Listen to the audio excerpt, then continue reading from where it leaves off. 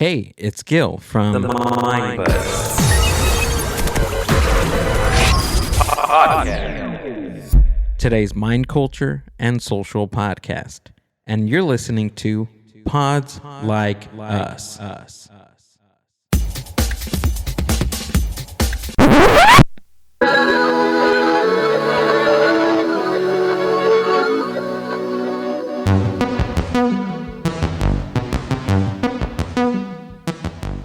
Welcome to Pods Like Us, the Bad Counsel Takeover, where Greg, Jack, Tim, and Marv give advice to their listeners' questions. Let's be clear. These four are in no way qualified to be giving any advice, but I'm not so sure they know that. So, take it or leave it. Consider that your disclaimer. Now, on with the show.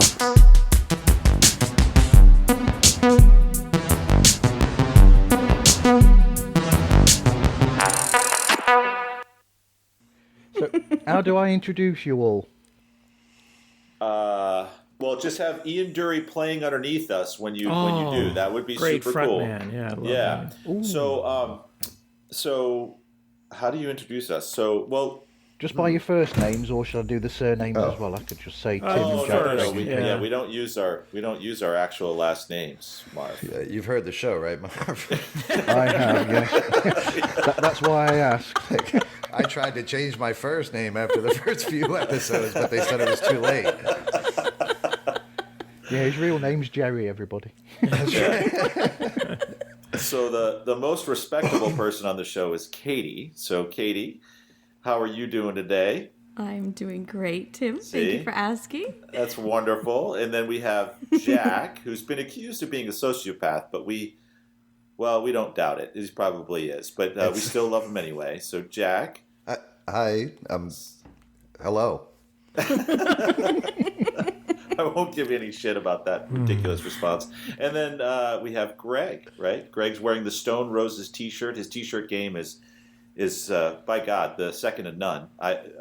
One day you'll have to show a picture of your closet, Greg, and just how you have your t-shirts all lined up. Would you be surprised? Yeah, I think I've shown that to you guys. Like, would you be surprised that I actually have photos in my phone of my t-shirt closet because I was that proud of it, color coded. No. Yeah, it'd be awesome. So No surprise. Okay. there you go. So that's Thank you, Jack. Yeah, so I'll take that as the compliment you intended it to be. It is.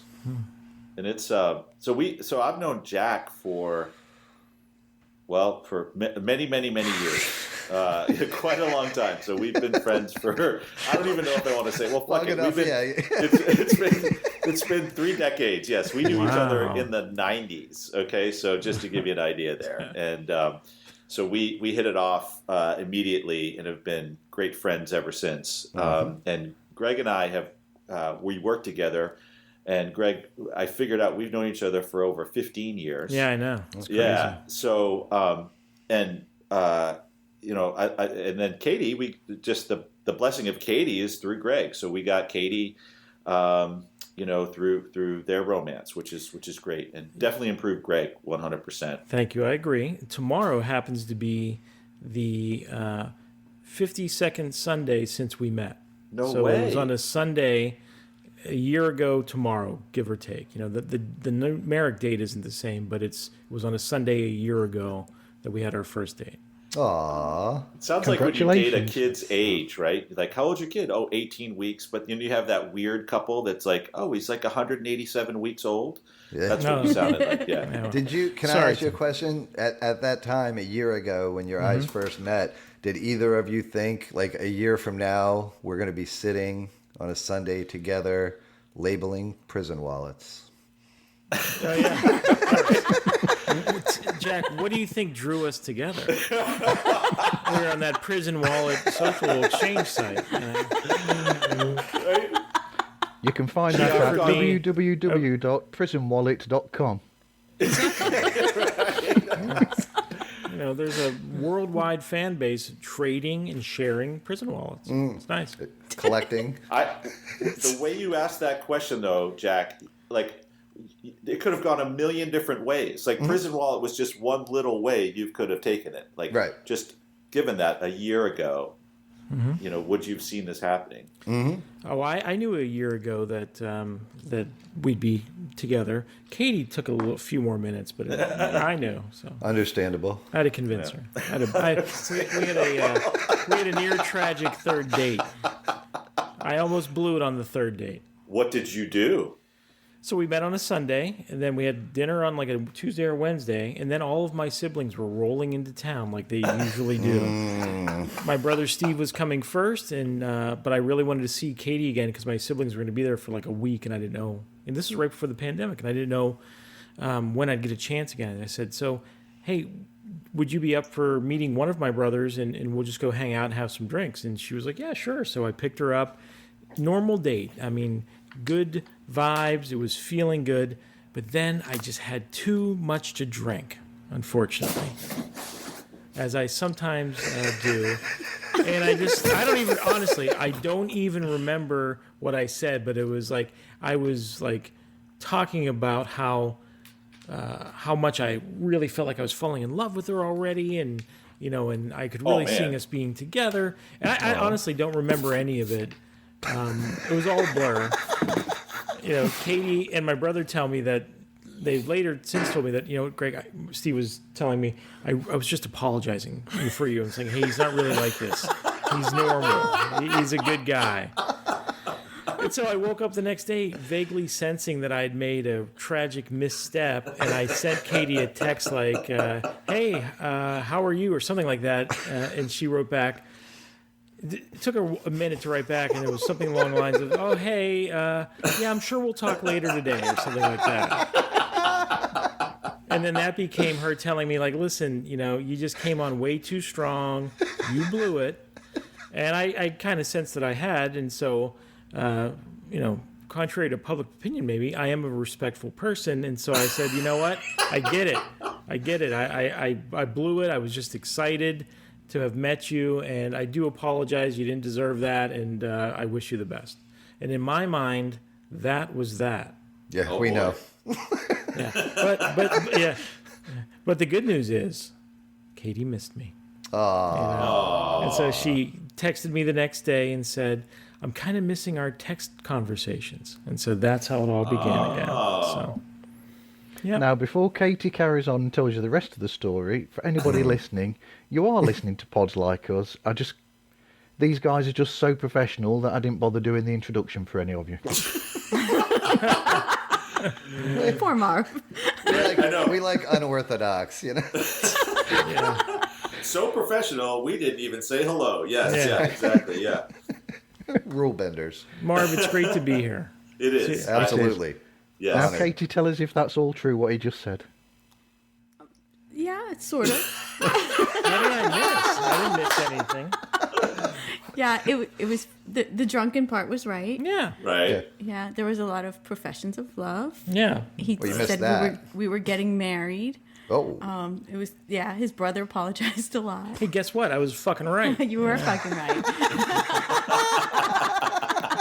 You should be applauding my vision. There were more than a few days that went in between me texting you. There was probably about five days because your siblings were here and Not they true. left. Yeah, no, there were. No, they were still here because they were helping me to analyze the text. Oh. I still have the damn text. Tim, I'll do the research. He's like, I went to Vegas. I'll reveal the answer. Now, if you can just It was put that not the text next up on day. Instagram, I can put a link to it in the show notes. Yeah, There you go. Right? we're gonna. Yeah, we'll settle this idea, story. Marv. We'll settle this story. But it was close enough. Yeah. It was good. I'll leave it at that. I love you. I love you. What am I doing?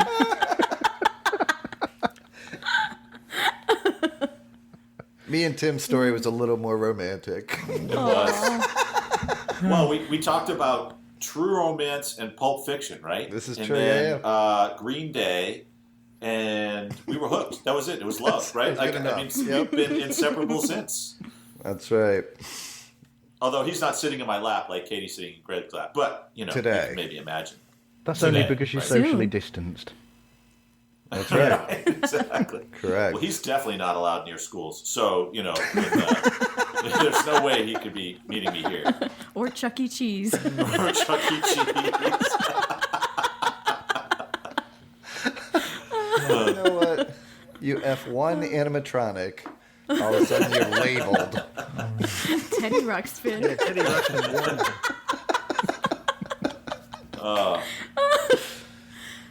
Okay. How were you introduced to podcasting in the first place then, Tim? So I was kind of an early adopter of podcasting. There was a podcast called Up and In, which was a baseball prospect podcast, like super niche, but it was very, very cool. And it was Kevin Goldstein from Baseball Prospectus, and he put together this just very cool punk-influenced look at baseball prospects, and I loved it. I fell in love with the art form. And I always thought I wanted to do a podcast. I had wanted to be on radio and was on college radio a long time ago. So I had this crazy idea to set up a podcast about a fantasy baseball league that I'd been in for 20 plus years. And Greg is a member of that league. Jack is a member of that league. And then another friend of ours, Joe. And so we did almost 100 episodes on this super obscure subject. What would we call it, Greg? A niche of a niche? I mean, it was like hyper niche. I mean, it was, micro niche. Micro niche. We struggled to get a third of the league to listen.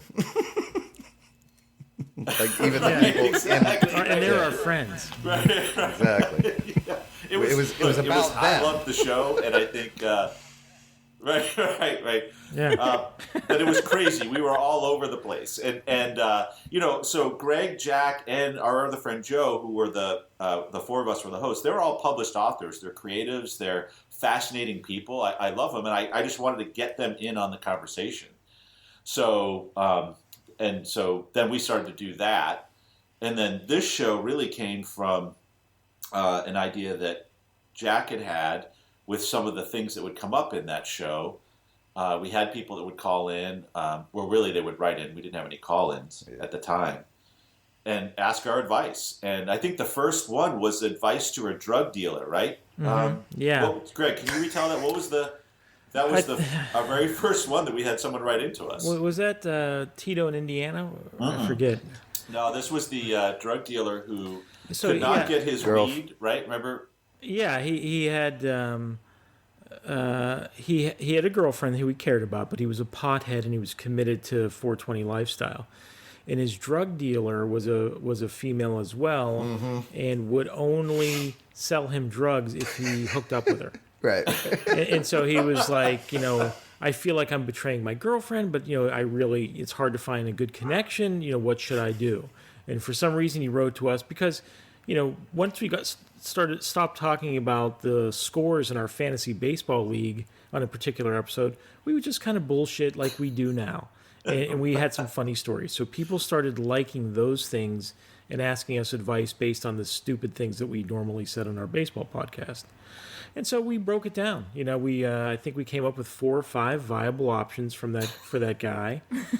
From like polyamory to having her arrested, like tipping off the cops that she's dealing drugs, and then just letting the natural marketplace reestablish itself and finding the new dealer who takes her place. And people seem to like that. So Jack, I think, had the idea of let's do that more often. Yeah, that's exactly it. And it was he actually ended up writing us back to tell us what happened, and it was even worse. And so that was the kind of, I should probably dig that out and put it out for Bad Counsel to hear, because I think that would be great. But it was really Jack, and then Jack creatively thought of this idea, and the rest is history, I guess, is what you'd say. And you talk about committed fans. We didn't have many, but those who did listen to us, some of them have migrated to the new show, but they used to tell us, like, I'd ask for feedback. They were friends, and they'd say things like, what, dude? Oh, man, getting through that first 20 minutes of your show is like fucking torture. It's all about our baseball league, right? Yeah, and so we had like meetings about it and talked about it. I was like, guys, our listeners are telling us that the first 20 minutes of our podcast, arguably the prime most important time, is unlistenable. But these guys were steadfast that no, Greg, it's a fantasy baseball league podcast, so we have to lead with that. I was like, all right, let's find out who Joe beat last week. Did he beat Scotty? Oh, okay, great. Well, I think at one point I was reading the scores of each of the individual games. I think people were falling asleep in their car hitting guardrails if they were listening to it. The content was so boring for anyone other than us. And it had to lead to some deep existential crises. Like people like, why am I listening to this? Why am I listening to the details of these 12 random guys' fantasy baseball league? What's going on in my life? But thankfully, those hardcore listeners that would put in 45 minutes, they would finally get to the good stuff. Right, like it was some kind of like masochistic exercise. You're right.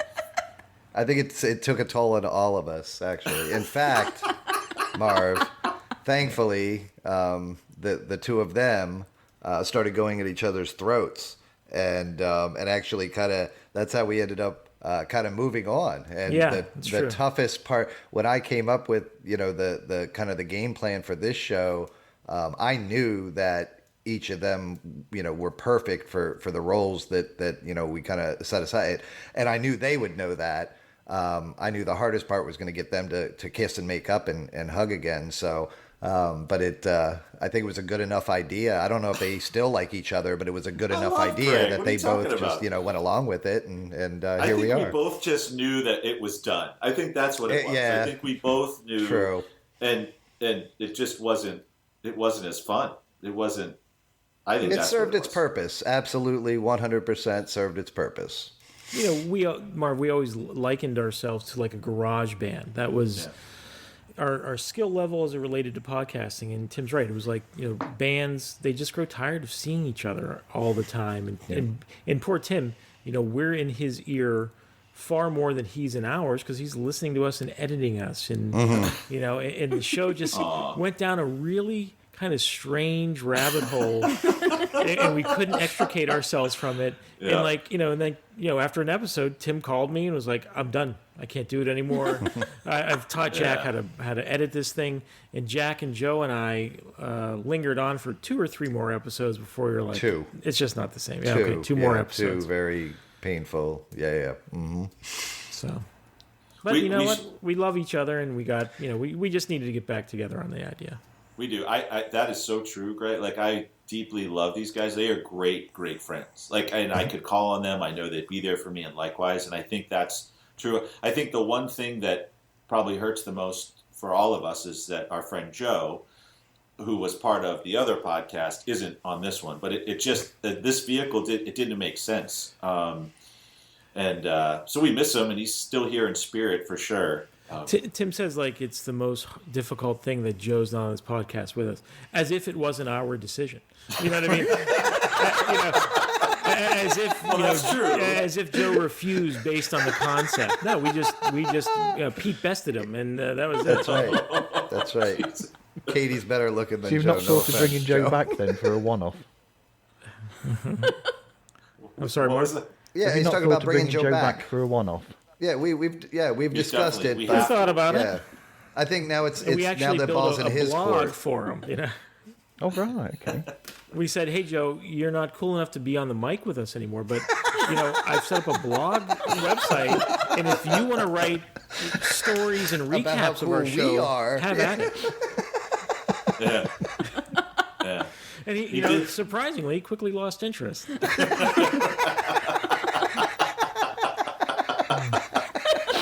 I think he's starting a blog for Xander and Stone though. Oh yeah. Oh my God. Oh dear. That's like candy for your ears right there, baby. That's just. Look at the show notes. Tim loves Xander. It's down there on the side. Oh yeah. There's no doubt. Sure does. Xander and Stone, they can be all talking over fences throughout Oregon. I could send them the transcripts of our old podcast, and I would listen to all of it again if they just read what we were doing. So we would have. So Xander could be Jack, and then Stone could be Greg, and then and I would totally listen to it. That's probably what heaven is like. You just like as you're ascending, you hear Xander and Stone. Yeah, I thought so. Yeah. I probably freaked them the fuck out. Like I feel bad. But their voices are. You're freaking us out. Yeah, exactly. I'm uncomfortable. And I've got merchandise crush on ideas as well. Go on. Well, I'm sorry. Go ahead. I've got merchandise ideas as well because I've got a T-shirt so far down with something that Jack said on a show. So on the front you could have Bad Counsel, and on the back you could have written on it, a female best friend is like a marriage without sex. Wisdom from Jack. Hashtag Whiz Jack. Jack Whiz. Yes, hashtag Whiz Jack. You got to get the Y in there for sure. Yeah. Yeah, the Y is the best part. Just trying to. Marv, we're doing a special episode next week. We're recording it on Wednesday. We're going to do an homage to the old American game show, The Dating Game. Mm-hmm. And Jack is going to be our eligible bachelor, and 3 of our listeners and friends are going to be the bachelorettes. Ooh. It's not a bad gig, forward Marv. to that. I might call him. And those girls are serious about it. They're communicating with me on Instagram, and they're serious. Like, more than one of them has said, "Well, who are the other girls?" You know, because they want to like stalk the other girls online and see who they're competing against. Little Tanya Harding action. He's worth it. He is worth it. So when you first came up with the change then to do bed, oh god, sorry. When you came up with, okay, so when you were coming up with hey Marv, I just want to say like it's best if you just talk, like just continue to talk and we will shut up. Like you don't have to worry. Like don't try to be polite because we're not to each other. We'll so shut just up. don't be polite. Just get your we'll get it. And we'll we shut don't up. even So I'm recognize sorry I polite. you. Go ahead. That's okay. All right.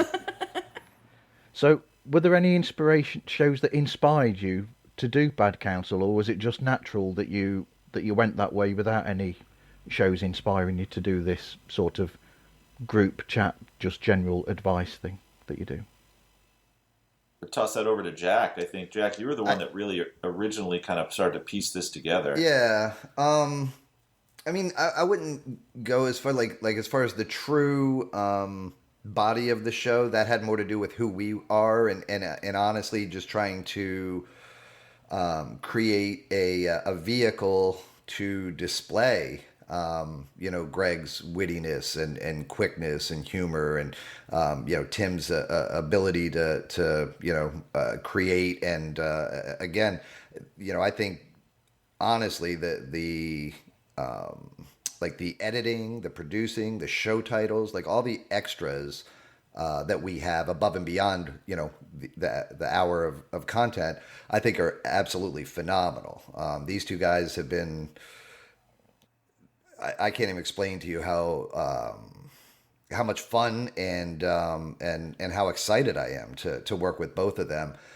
So really it came more from that. There was the first podcast I ever listened to was a couple guys down in Orlando. They were on a radio show. They were like the 5th and 6th guys on the, morning show. And they decided that they were going to do their own thing and they split off and they did it. And, they ended up being very successful and they kind of took a chance. Their show was kind of about nothing, kind of a Seinfeld type podcast. Ours is again, as far as the topics, there's no specific. I mean, obviously we have kind of a range that we're in, but so I would say, if anything, just the idea that it can be done, the fact that they can sit there and entertain without a script. Everything we do is off the cuff. I mean, we come up with the stuff, pretty much as the questions are asked. And so, yeah, it had more, like I said, more to do with showcasing the talents that the 3 of us have than it had to do with being inspired. Jack, didn't your therapist also say that speaking the things that were in your mind would be, a good way to diminish your rage? They did, right before they canceled my last appointment. They said that it was a good idea. They just didn't want to be a part of it anymore. Yeah. And they were moving out of state, right? Yes. Yep. Quickly. Marv, I was always a big fan of Howard Stern growing up. Okay. And so, his show's about his life, and sometimes he would bring on guests, but he had a large pool of staffers and writers and people on the mic who contributed to the show, and they just played off of one another, whether it was a bit or it was, something that was just happening in one of their lives. And so I always just admired Howard Stern to be able to go on the air, 20, 30 hours a week every day and just make up material for 4 straight hours. That was always impressive to me. And don't forget Dr. Phil. And Dr. Phil. I love Dr. Phil. Yeah, I am Dr. Phil. wise like Dr. Phil. That's true. Oh my. Hey, there's another shirt for you, Marv. Yeah. Yeah, right. But it does seem that Tim is the person that asks all the questions, and he's sort of almost like leading it, and then all of a sudden you guys just respond to whatever Tim, So the reason, if we take the band analogy, the reason I'm in the band is because I'm the only one with a working amp. That's why I'm. So basically, Jack said, "All right, so Tim's the only one that's going to freaking spend the time to record us. So let me give him a spot." Right, and so Greg must have said, "Oh, he's like those cheesy '70s game show hosts. Let's put him in that spot." So that's what it is. That's how it is. Tim's being modest. I mean, Yeah. Tim. Sure. I think we all agree Tim has a great voice for radio. yeah. He has a great face for television, in my opinion. Actually, my dad said I had a great face for radio. Yeah, I know, but I'm putting a modern, accurate twist on that. But yeah, Thank you. Tim controls all the media by which we get our questions, and he controls the voicemail and the email and all that stuff. So he's kind of the curator of questions, and like Jack said, he's the only one who knows the questions in advance, and it's just kind of Jack and Katie and I doing hot takes on these bizarre questions that we get. And I think that's impressive because, sorry, Jack, I didn't mean to interrupt you, but the fact that they can, we record for literally 90, 100 minutes, and it is just improv, and I'm exhausted after a show, and I knew the questions coming in, right? I knew kind of what we were going to ask in most cases. So that, Marv, that's part of, again, why Tim does such a great job in that role and why he's so perfect for it right there is, again, you tried to ask him a question about himself and he figured out a way to take me and Greg and put us up on a pedestal again. So in that role, the director, where, again, me and Greg, do tend to take up a bit of stage space, so to speak. You have to have that. You have to be able to do that. There's a lot of people that couldn't do what Tim does, and I mean that across the board. Again, the quality of the work he does. Once me and Greg, close the window and go back about our lives and start bitching about how we can't hear how cool we sounded. It's by far not only the brains of the operation. Like I said, we're the monkeys, and he keeps us in line. Marv, did you ever play that role playing game growing up, Dungeons and Dragons? Yes, Remember that? I did. Yep. Tim's like our dungeon master. He's the one who has to read the whole book and kind of plot out in his mind the possibilities. And Jack and I just show up stoned or drunk and start rolling our 20-sided dice. So. Yeah. That's probably the best analogy I've heard so far. Yeah. Absolutely. So Jack, you're saying you're the monkey and I'm the organ grinder. That's your analogy, right? Or in Greg's is I'm the dungeon master and you guys are the players. You know what? It just occurred to me, like the image of dungeon master and organs grinding. That's probably not good stuff for Jack to be talking about. It could be easily taken out of context. There's multiple types of dungeons. Oh no. So do you actually do any editing, Tim, or do you just put it out as it is? So I probably for every I would say for every 10 minutes it's about an hour of editing. I do a lot of editing. But the editing isn't necessarily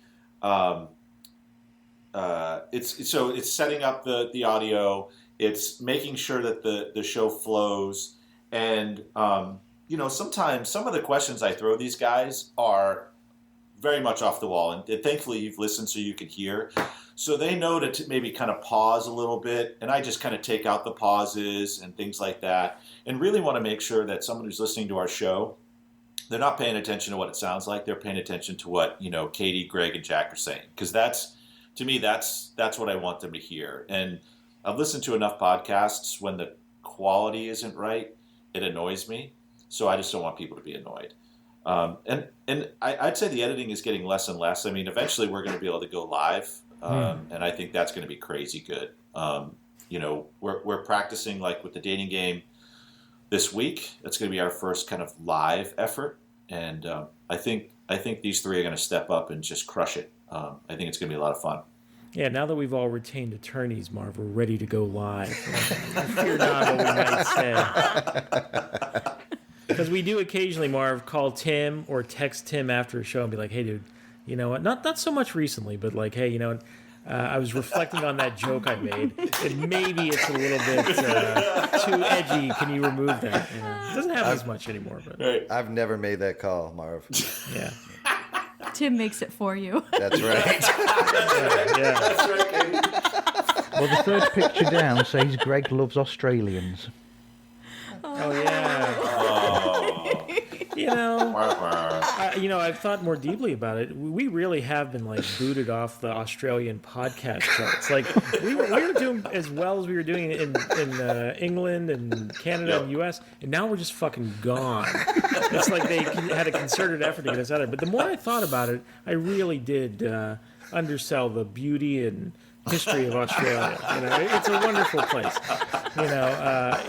Think about it. Like Russell Crowe, Mel Gibson, AC/DC, Silverchair. Guys, stop me soon. I'm running out of famous Australian. Kangaroos. The Wiggles. Oh, the Wiggles. Yeah. The Wiggles. Silverchair, I think. Men at Work. Oh, yeah. Men at Work. Men at Work. I love Colin Hay. Yes. Yeah. Oh, Nicole Kidman. Yeah. Oh, yeah. Nice. Yeah. The ageless one. Yes. Koalas are cute. Okay. Koalas. They are. Yep. Kangaroos are even great. I love kangaroos. Well, yeah. Yeah. Well, have you ever seen the kangaroo fights? On the videos? Oh, Have you yeah. ever watched? Yeah. Oh, my God. Oh, yeah. They are scary creatures, man. Yeah. I don't want to fight a kangaroo. Yeah, they're giant mice with, giant tails and sharp claws. Yeah. I'll tell you It's the terrible. part. The claws, and they can kick you. So, yeah. So, much respect to every Australian, every I love Aussie Steve out there. Irwin, too. Steve Irwin. Steve is great. Irwin. Yeah. Yep.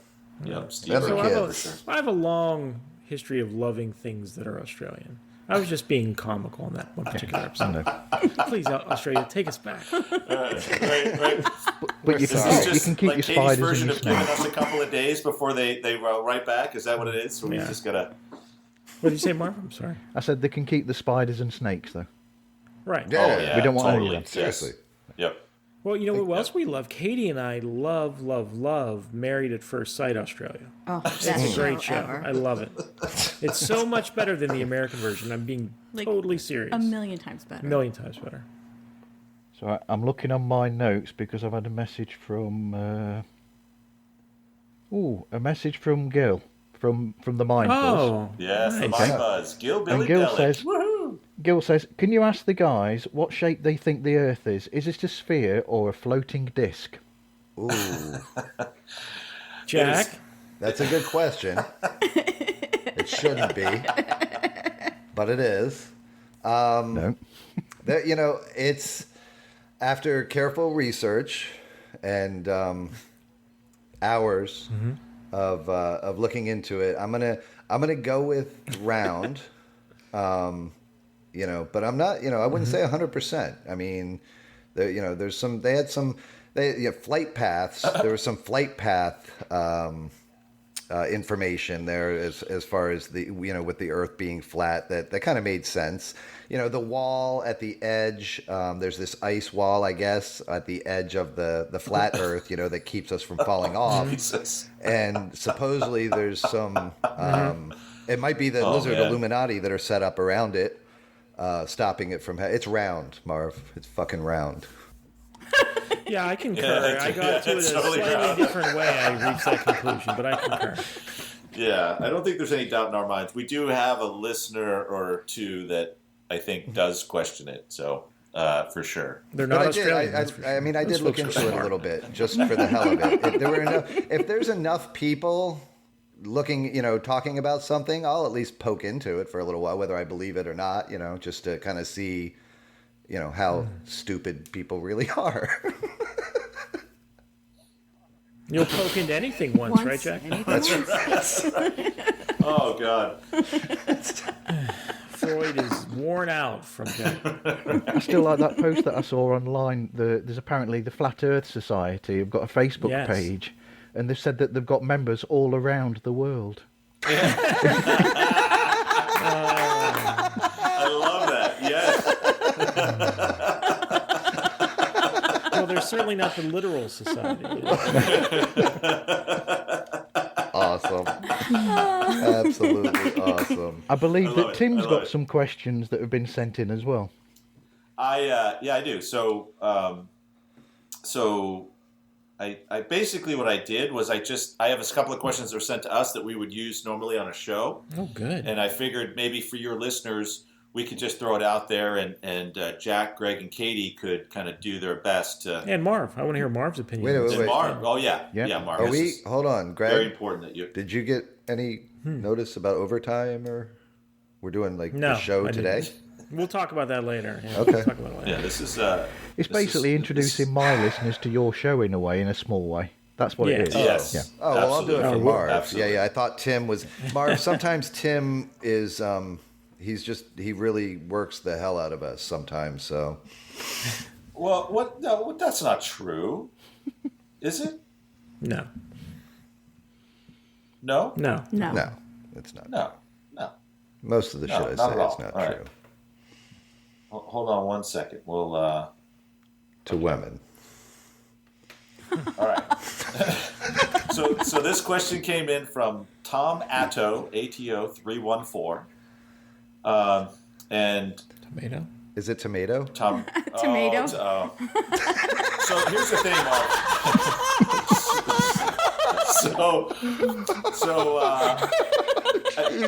Our listeners are in on the joke, so they you listened enough to know that they fuck with us. They big set time. Tim up, is what it is, Marv. It's not all Tim. the time. Yeah, and it's nothing to make a throwaway account, and they get us all the time.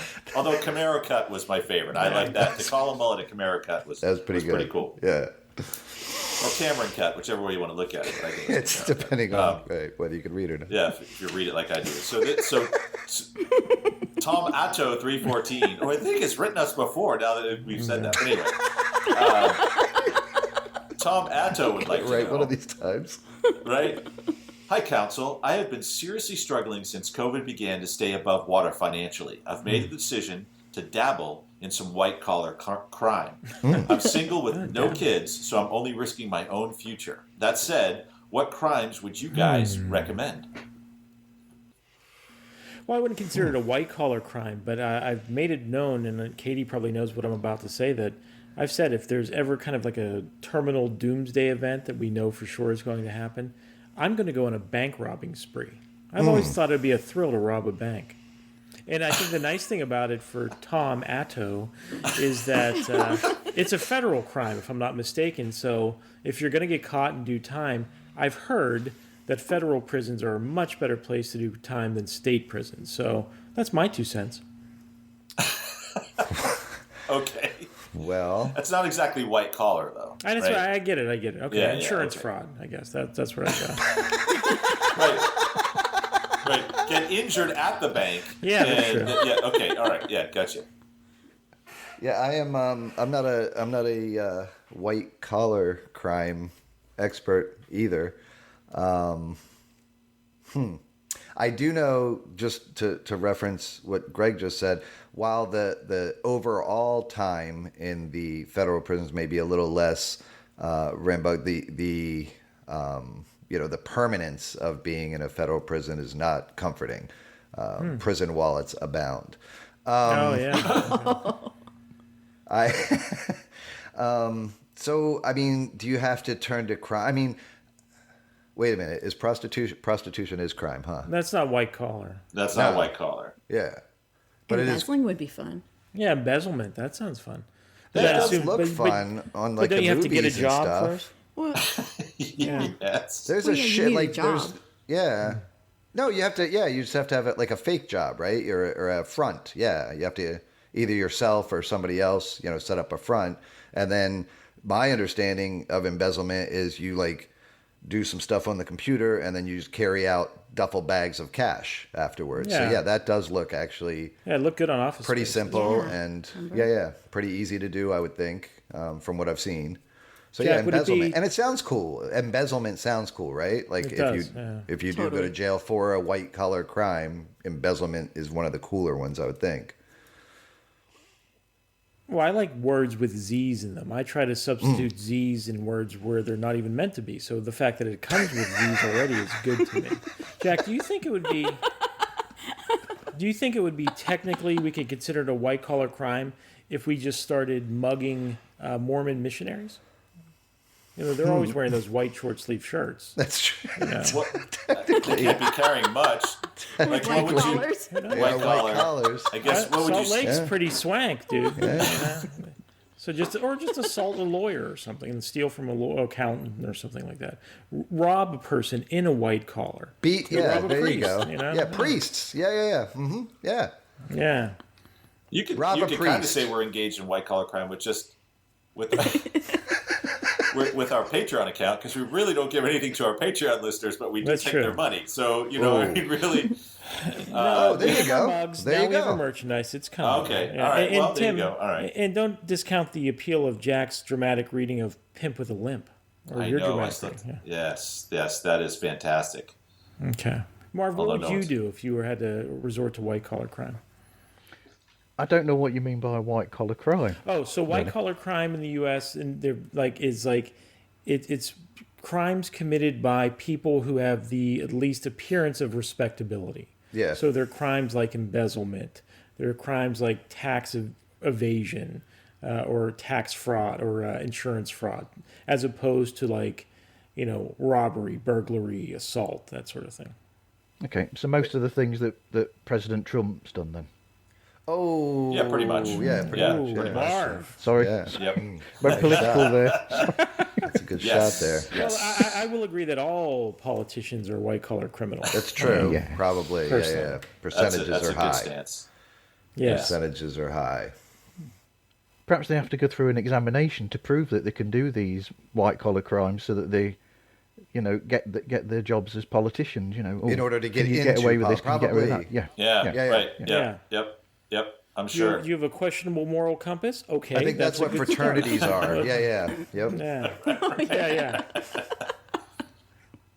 That's right.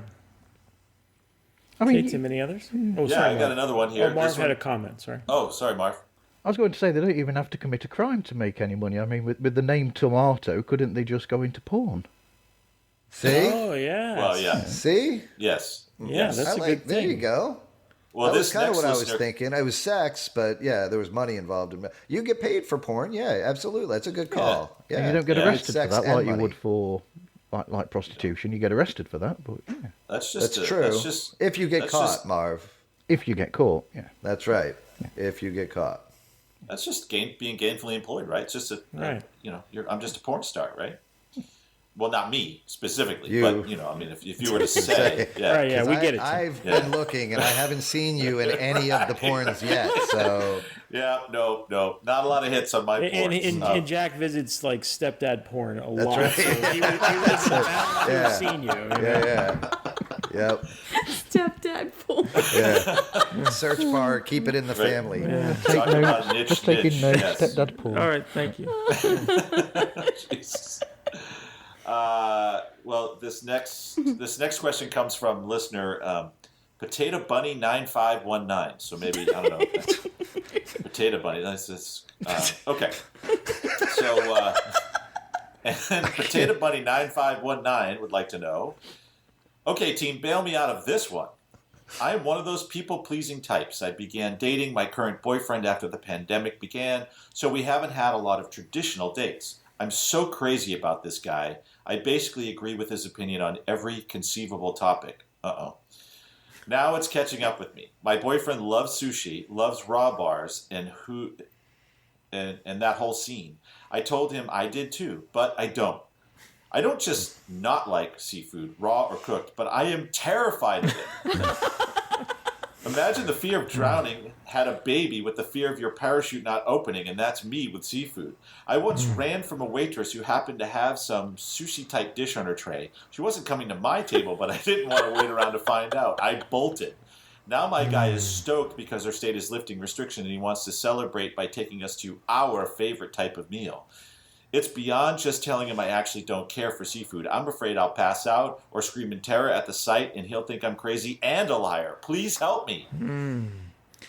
Well, fortunately, this listener's in luck. You know, Marv, as you may have heard, we often think it's better to make up a little white lie than to, risk embarrassment of being honest. So, in this situation, I think there's a pretty easy remedy.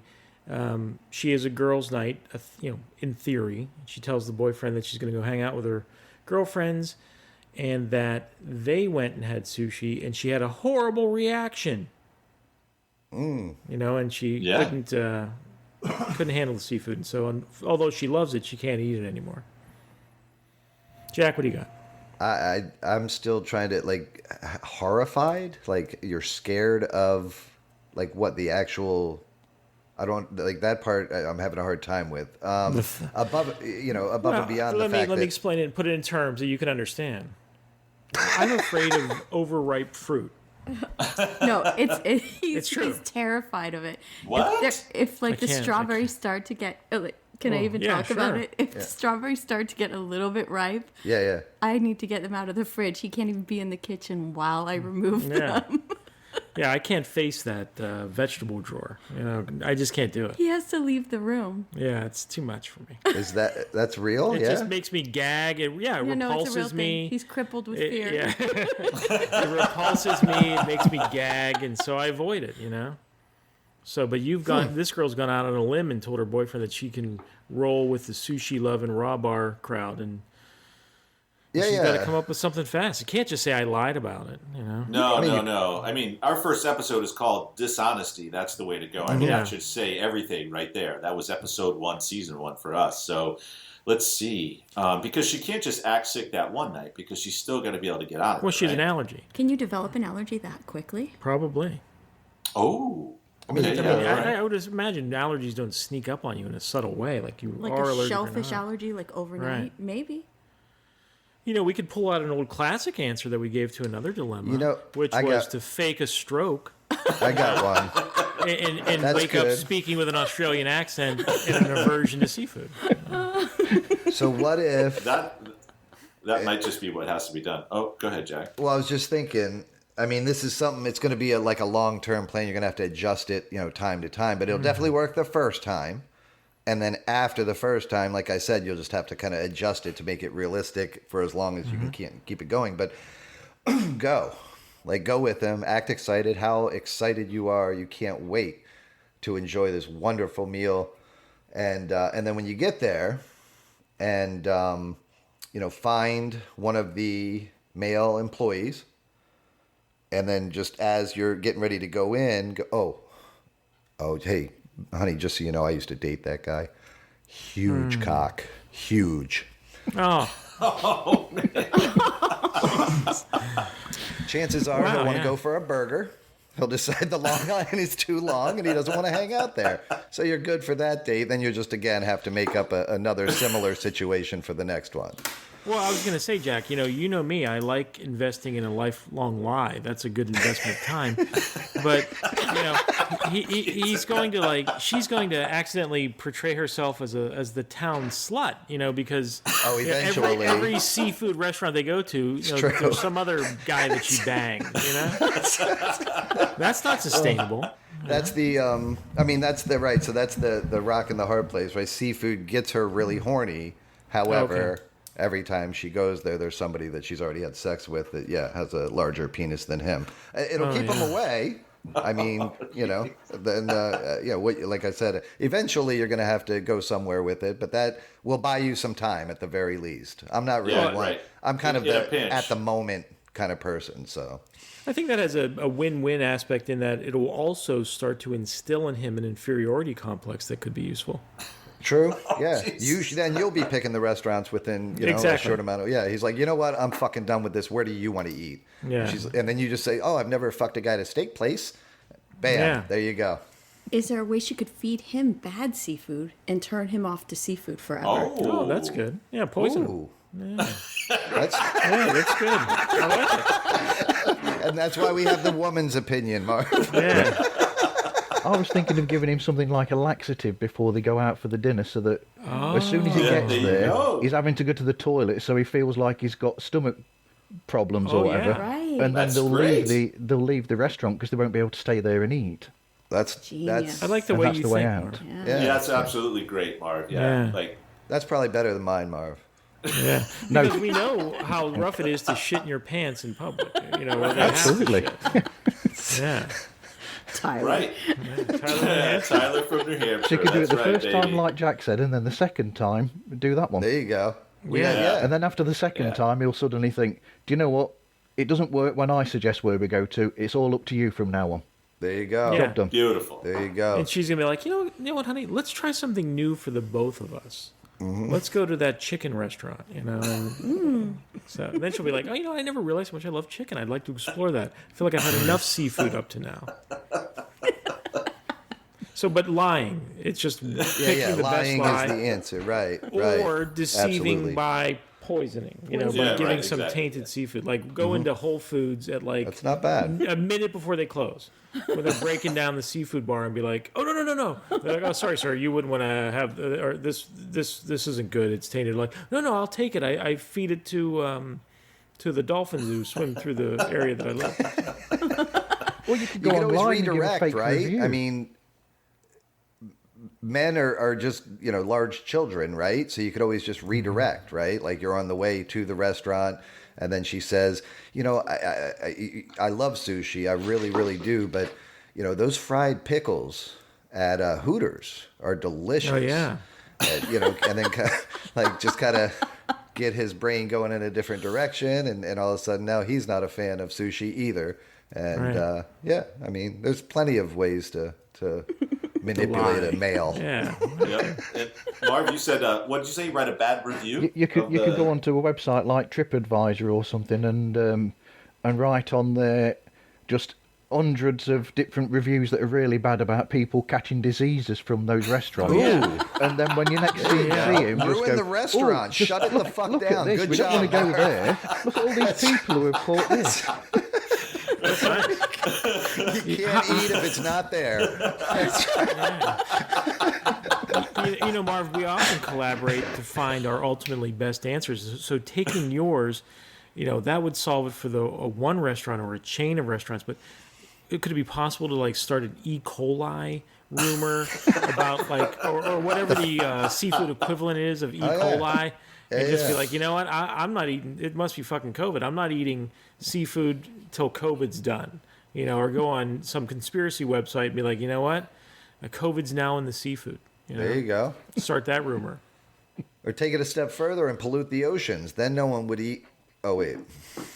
Kill all the fish. Right. Poison the earth. So. I think we've done a great job of getting Potato Bunny a number of options. Yeah. And Marv, now you can see kind of how that comes together with this crew, right? Absolutely. And I can see why people value your opinions. I don't know if value would be the exact right way to say it, but it's effective in a strange kind of way. But good job. All right, let's do one more since Marv is starting to get into it. All right, we got one more. Right, and this one comes from Huzzy_1999. HUZZY. Some Z's for you, Greg. Nice. Huzzy. That's a fun name to say. Huzzy. So, there is. Huzzy1999. Tim has his favorites. One more time. I do. That's a good one. What was the one last week? Very. It's just a V-O-R. Very. It's fun to say. Tim's thinking about doing a podcast where he just reads people's handles all day. And next we have. You could actually do that as a did Patreon. I would totally be on that. I'm sorry, Marv. As a Patreon, you could do that as just take Tim's reading out of the people's usernames and just do a long isolate a long every file of all content, of for those sure. together, one after the other. That would be great. We'll have Louis Linus make it into a club hit. Right? Yeah, exactly. That's what we'll do. Yeah, We're called Dave Moho. Dave Moho. That's the original. That's my favorite. Like, Dave Moho. I think the artist name that we featured on our show is Luis Linus, not Louis Linus. Oh well. Marv, I don't know how if you've heard, but obviously, again, as you see, we're kind of razzing him. Tim sometimes has an issue with pronunciation, and so the one we're talking about, the first kind of one that kicked it off for us, is one of our top Patreon supporters, and the gentleman's name is Dave Mojo. And right before we went on and hit record, we literally spent about 3 minutes making sure rehearsing it, that this person's 3-syllable name was said correctly and then we hit record, and within 3 seconds Tim called him Dave Moho. And Dave. That's a so true then he story. became Dave Moho, and now Tim obviously needs to see a counselor because he has a hard time with getting people's names out. And we can't emphasize enough, Marv. It wasn't like some French spelling of mojo, like with the EAUX or anything like that. It was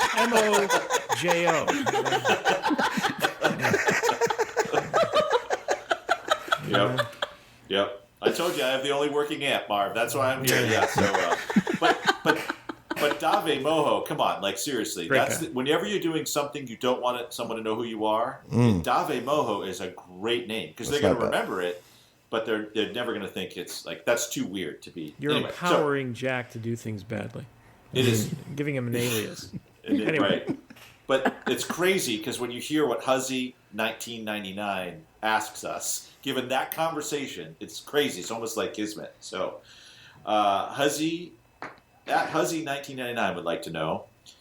So my wife wants to name our soon-to-be boy Francois. Of course, I hate this name and don't want him to get beat up in the schoolyard. Can you help me come up with some much worse names for a child that I can playfully suggest in order to make my point that Francois sucks? He's asking us a very specific question, like making up fake names. I mean, I would tell this guy, I think that you're playing with fire if you start like, why not think about good names that she might like, that you like as well? Because what if it's like, something ridiculous, and she's like, that does strike me well. Yeah, Sir like Paul Hair the 18th or something like that. Right. There's a certain nobility to it. Yeah, she's already accepted Francois, for Christ's sake. She's obviously not in her right mind, so... All right, so then let's do cool names. Let's just say, hey, Huzzy, go with some cool names instead, right? Or just share a little bit of French history. Just review French history, and then she's not going to name that kid Francois. It's tough to I'm having a hard time doing worse than Francois. Like, that is definitely getting your ass kicked in the schoolyard situation there. Well, and I know for a fact, Jack, you guys probably remember that one of my brother's wives is, not that he has multiple wives, one of my brother's wife is from Paris. And they have 3 beautiful children, 2 of which they saddled with French names, the boys, and the younger one got a decent French name, so I won't even mention him by name. But unfortunately, my poor nephew, as I would say it, and as it's written, Julian. That's not the easiest name to have, but it gets infinitely harder when your parents insist on pronouncing it as if they had a French accent. Now, my brother's wife does have a French accent, so it comes naturally. But my brother tried to enculturate our entire family into pronouncing it as if we were native French speakers speaking English with a heavy French accent. No, Greg. It's Julien. It's Julien. I'm like, yeah, if you're French, it's Julien. But I don't say things like that, dude. It's Julian. He's going to have enough time. He's going to be fighting for his life as it is. So let's not make it worse. He's going to end up telling people off for mispronouncing his name, and that'll make it even worse then. Exactly. Right. Yeah. Oh yeah, Marv. You just hit on it, dude. Like mispronounce it intentionally. Oh yeah, Francois. I like that. Francois. It's Francois. No, Greg. No. It's Francois. Francois. And just never get it. She'll be like, oh fuck it, let's name him Frankios. And then if that does fail, you can start you can run off names from Sesame Street. That might be helpful. There's some pretty bad names there, you know. Yeah, right. Yeah, Elmo. Yeah. Elmo. Absolutely. Grover. Yeah, Right, Grover. Yep. Good. And actually, now that I think I'd probably Bird. rather have a Sesame Street name than Francois, for Christ's sake. Come here, Oscar. Frankios. Yeah, so that's just Marv had a thought too on that though. Oh.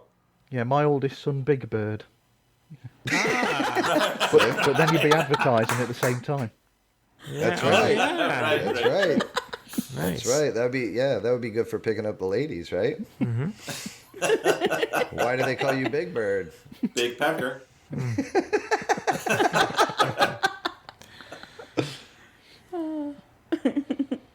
Now, if you get him a job at a seafood restaurant, that would be perfect. Right, exactly. For that previous listener.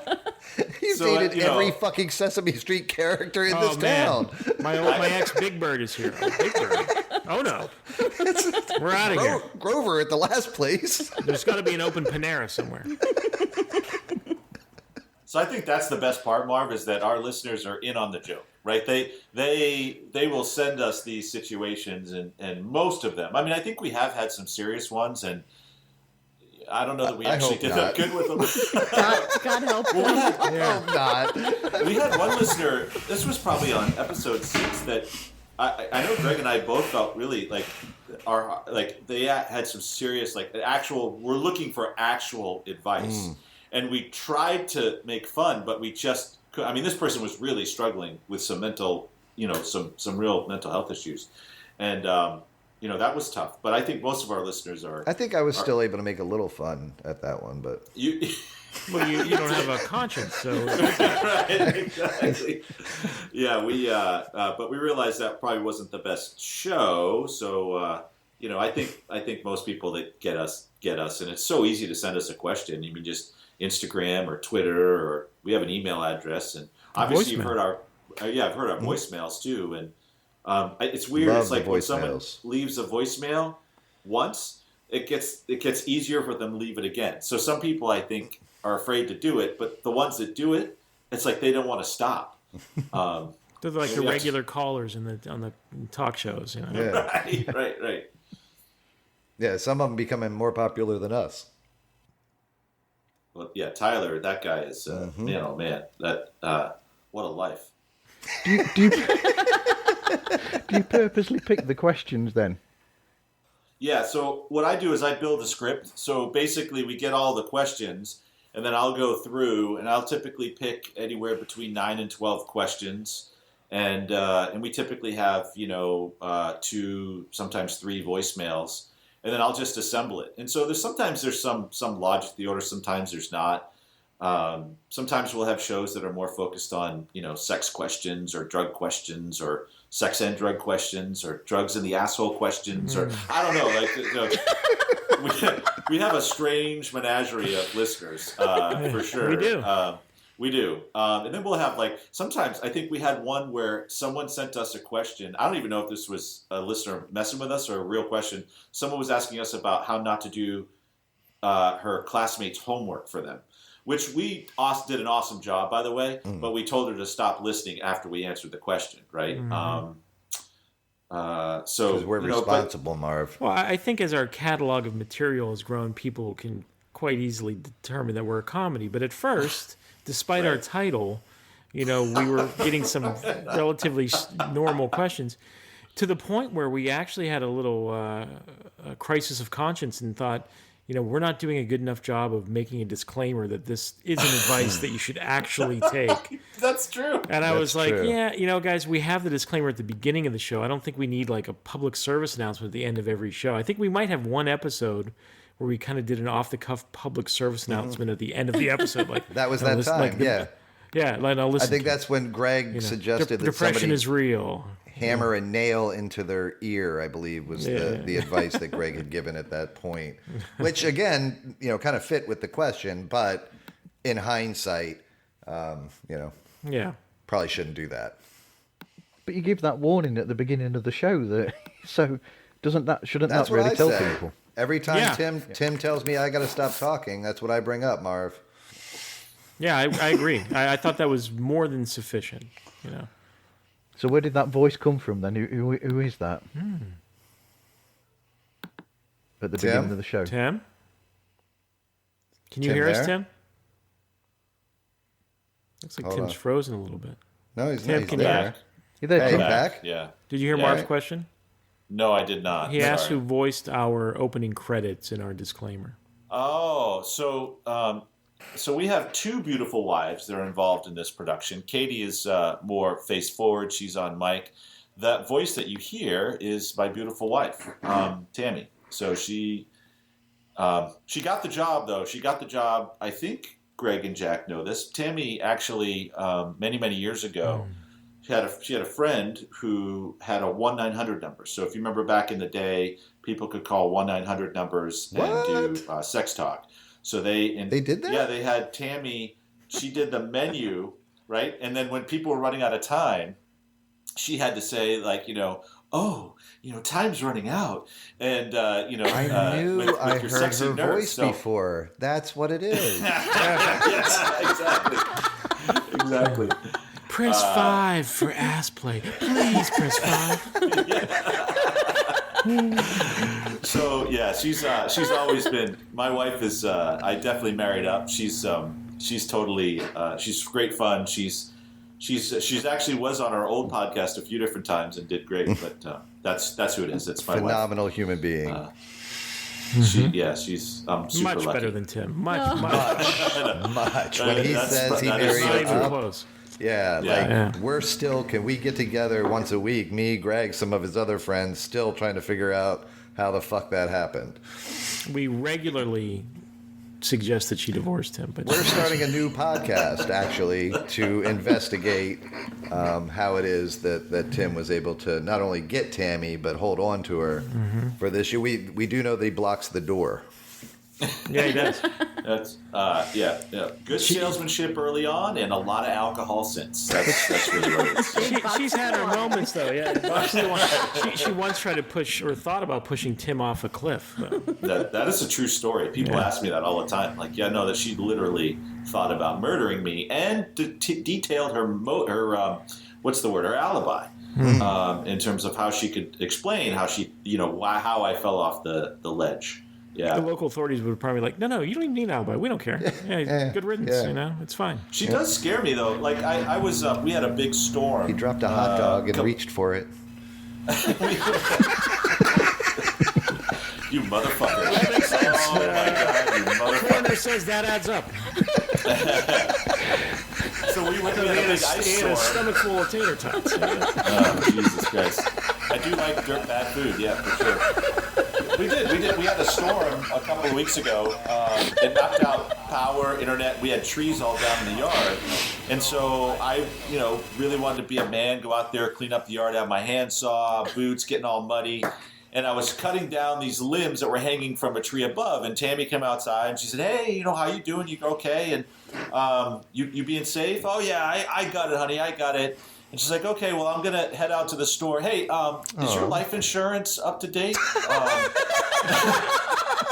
Not. Do you need help? Maybe you should have someone else out there. It was just, I'm going to go to the store and, hey, you're paid up, right? Like, so I do worry about my wife a little bit.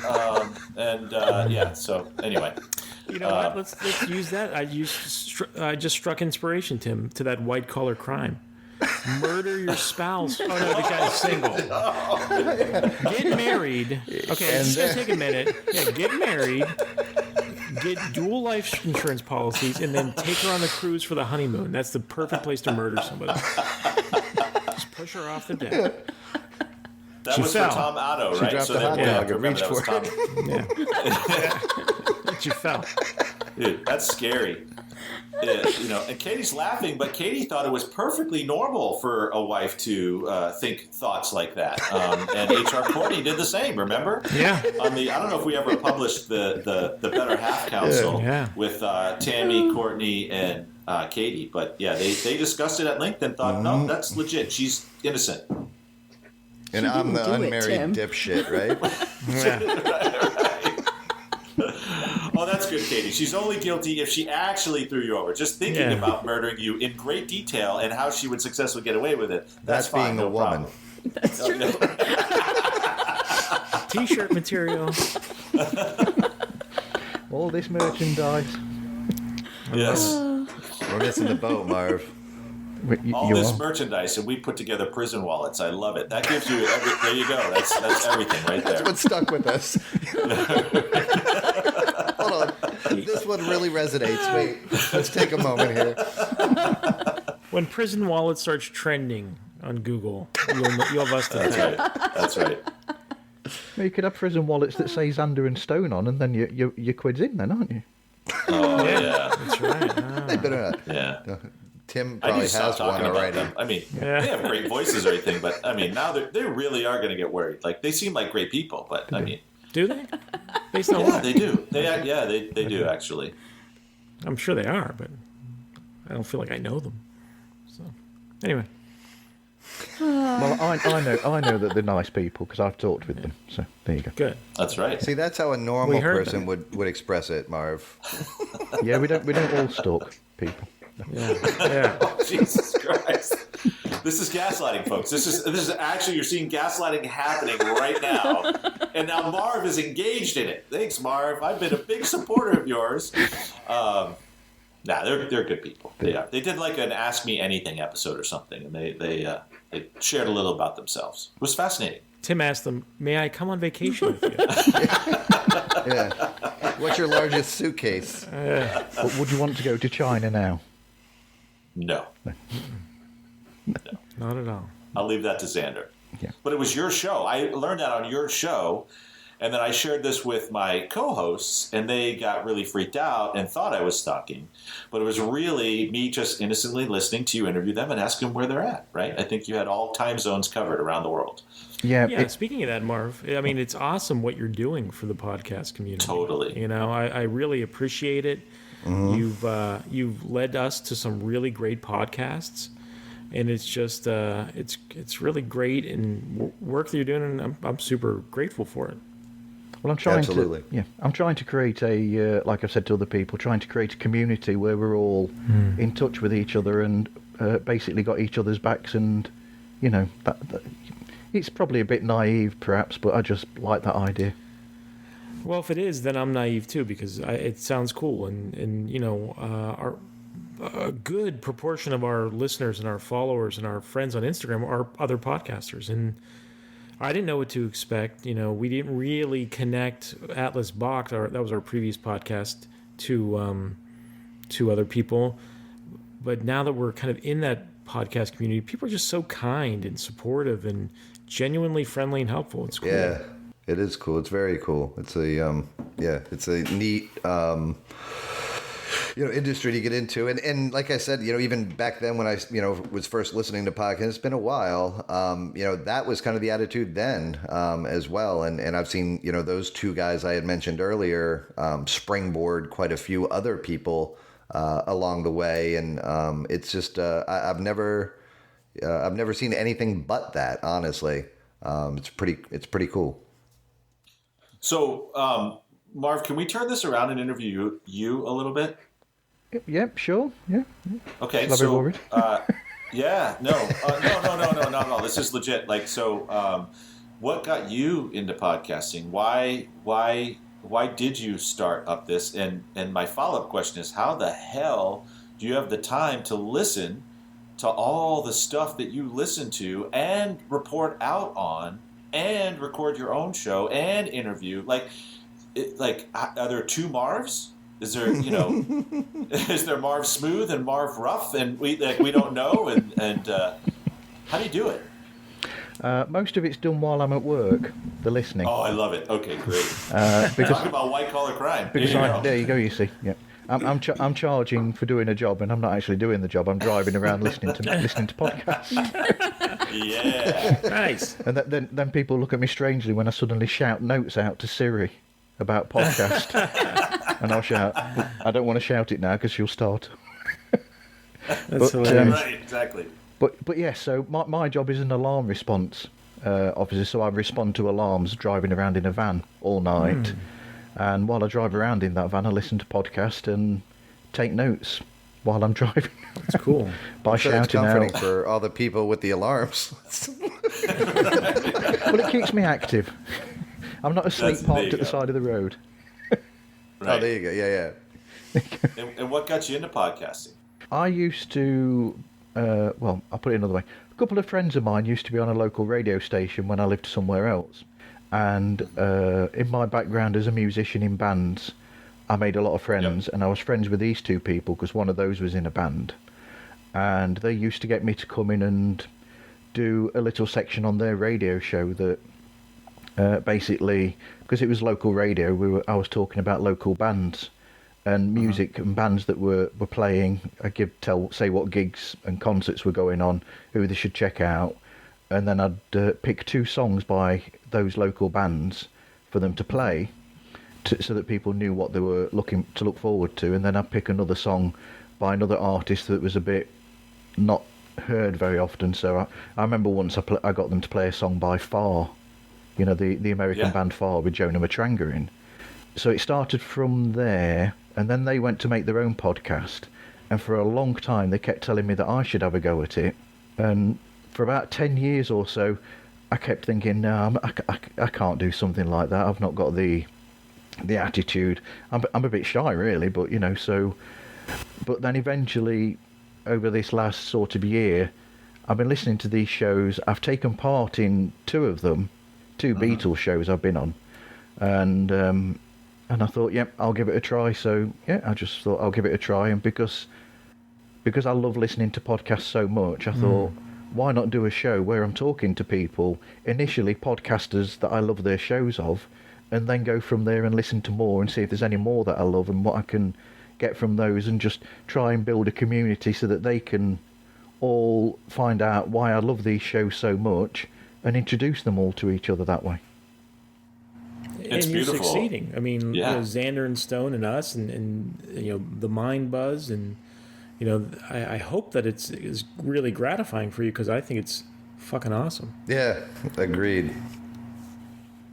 And your interview technique, you do your homework. Like, I mean, I've seen your notes, but in listening to you, you really pay attention. You ask great questions, which I think is, it's so helpful. And your interview style is one where you ask the question, you get out of the way, and then you get people talking, which is, I mean, you did that with us, which is great. Now, so I know you've put out music on your own. I've listened to some of it, and I've really enjoyed it. Are you primarily a guitarist, 6-string, bass? Do you play others? What's your instrument of choice? You said guitar, right?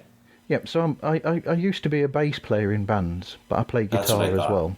And then I've got keyboards, so I can play the piano, drums. I've got some Indian instruments as well. So I play tambura, sitar. There's a sarangi, which is an Indian bowed instrument as well. Whatever instruments I can find anywhere, I'll buy them and I'll try and see if I can play them. Cool. Wow. That's awesome. And people buy me them as presents as well. They'll say, have you ever seen one of these? I'll say, no, but I'll be able to play it soon. Marv, would you mind messaging Tim the names of those 3 Indian instruments so we can listen to him try to pronounce them? Okay. Well, the last one, the sarangi, I saw that in a marketplace. And I went up to the market stall, and they said, and I said to them, I said, wow, I said, I can't believe I've seen this sarangi in a market. And the person selling it said, wow, I didn't even know what it was. That's awesome. And then, is it true that when you're in a band, which bandmate gets the most panties thrown at him? Is it the bass player? Like, I've always heard it's the bass player. This was obviously before you're in your committed relationship you're in now, right? Unfortunately not, which is why I play mostly guitar now.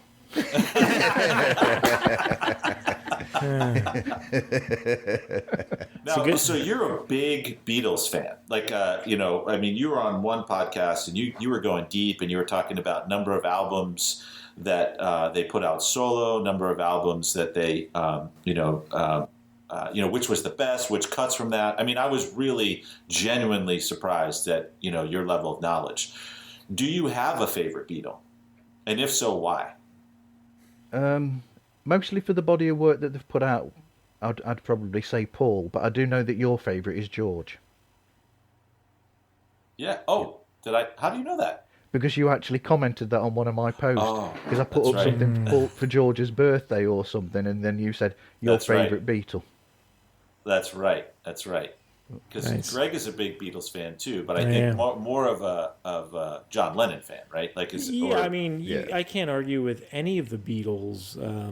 I love them all, but John is the Beatle, I guess, whose work while with the Beatles and then his post-Beatles work resonates with me most personally. Yeah, for sure. And you have a tattoo, right? I do. I have a cassette tattoo. Working Class Hero. Yeah. John Lennon, cool. Working Class Hero. That's cool. And my tattoo artist modeled it on the actual original cassette when he put it out. Mine's Pete Best. You got Stu Sutcliffe to choose from as well. Right. That's true. And then I guess my last question is, how did you come across Bad Counsel, and what did you think when you first heard Bad Counsel? Oh, boy. I can hear Jack giggling. I can't remember who suggested it. I think Gil suggested it to me from the Mind Book. Gil's a badass. I love that guy. I think Gil suggested, he said, you should listen to Bad Counsel, you'll love it. Oh, that's awesome. Which is... I don't know what he thinks of me, but there you go.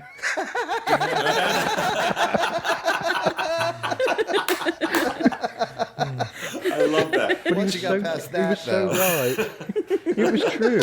Because the answers that you give are just perfect. It is really entertaining, your show, and I can't. Yeah, I love listening to it.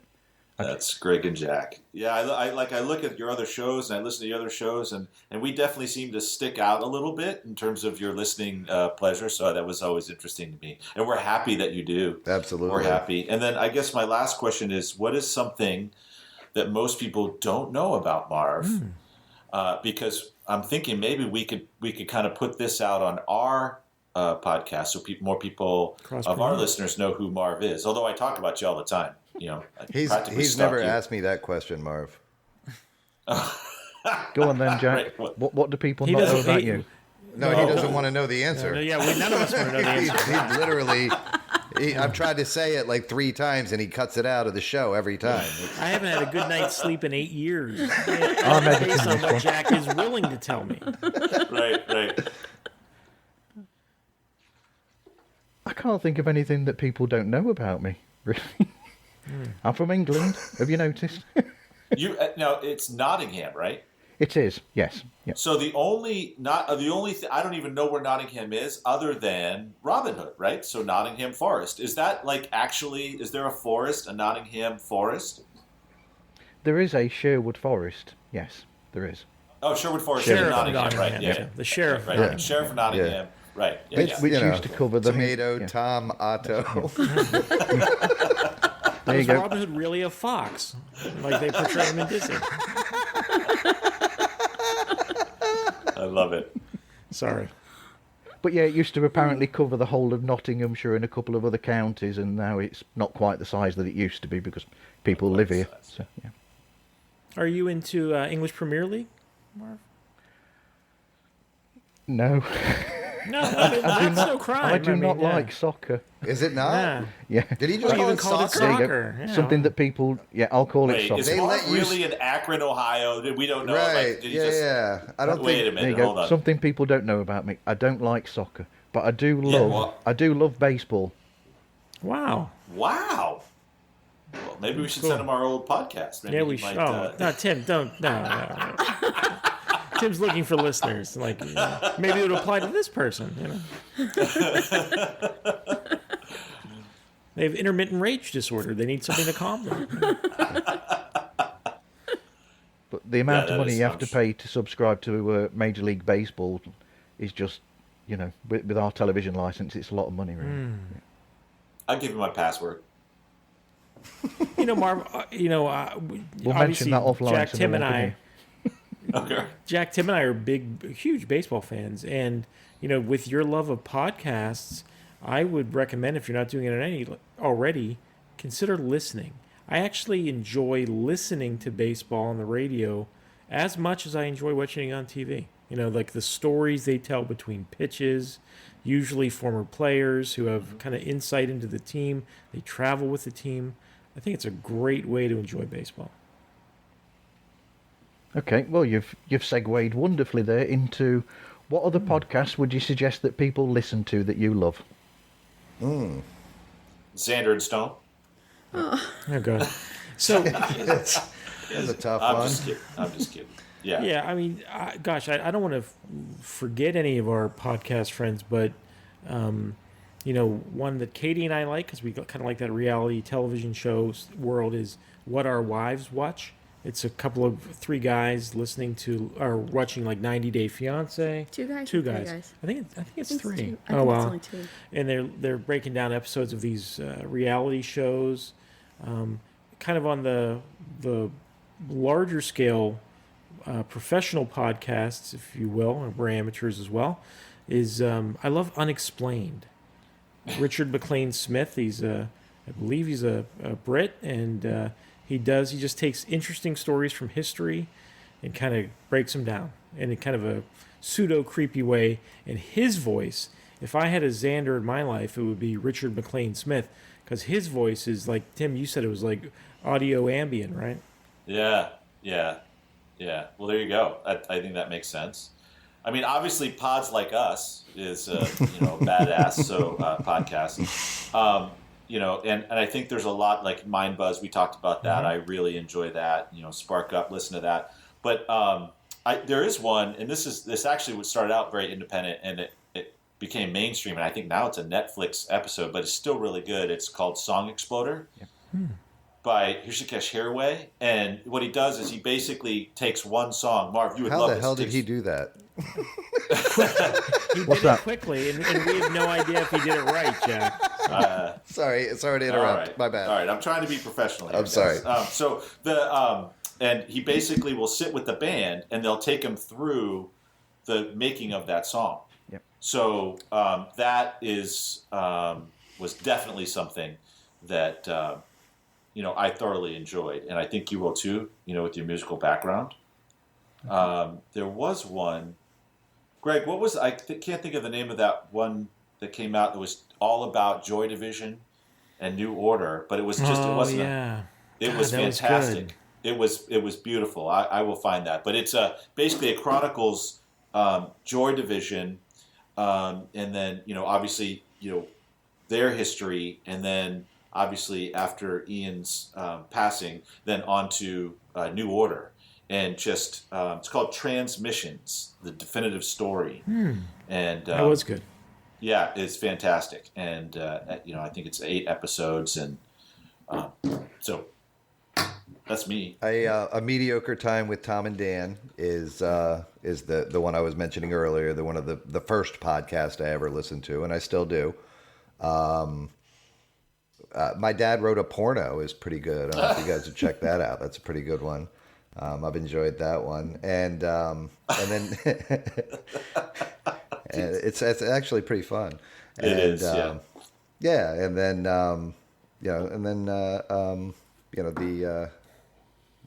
I listen to our show, for a few different reasons. So I spread myself out a little bit. I'll listen to some here, some there. I've actually started listening to a little bit more music.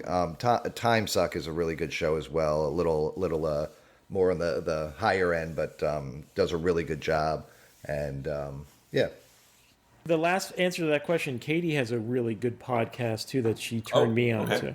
Oh, it's called How Did This Get Made? Oh yeah. And- Yeah. I love that podcast. It is so funny. Those guys are really good together. Yeah. I'm a big fan. So feed now because if somebody advertising that one. Oh, it's so good. It is so funny.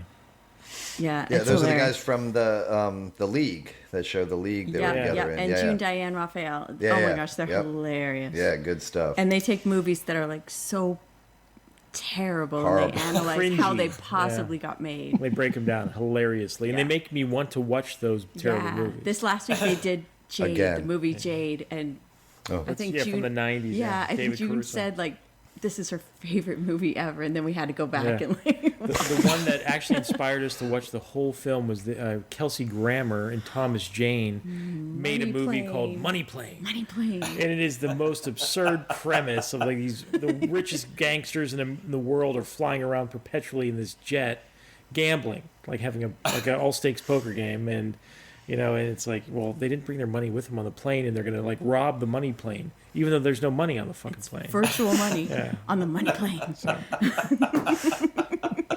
And Kelsey Grammer is paid to like have 3 scenes where he just goes, "Get me the money plane." It's just. Do you think they offered that to Wesley Snipes and Woody Harrelson and they said not a chance or whatever? Probably. Because of the Money Train film. Yeah, exactly. Listen, Kelsey Grammer's Coke days. That's what. Well, Wesley Snipes doesn't like to talk about money ever since he, that little tax evasion issue. Yeah. True. All his films now will be about volunteer work, probably. Yeah, exactly. I love it. All right. So, what advice would you give to people starting in podcasting for the first time? Don't expect any money. Yeah.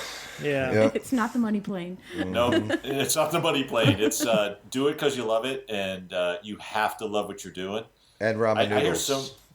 What? And ramen noodles. And ramen noodles. Yeah. I mean, my point is so for me at least, I get to hang with people I really love and care about and have a great time, and so for me it's a lot of fun, and I end up laughing.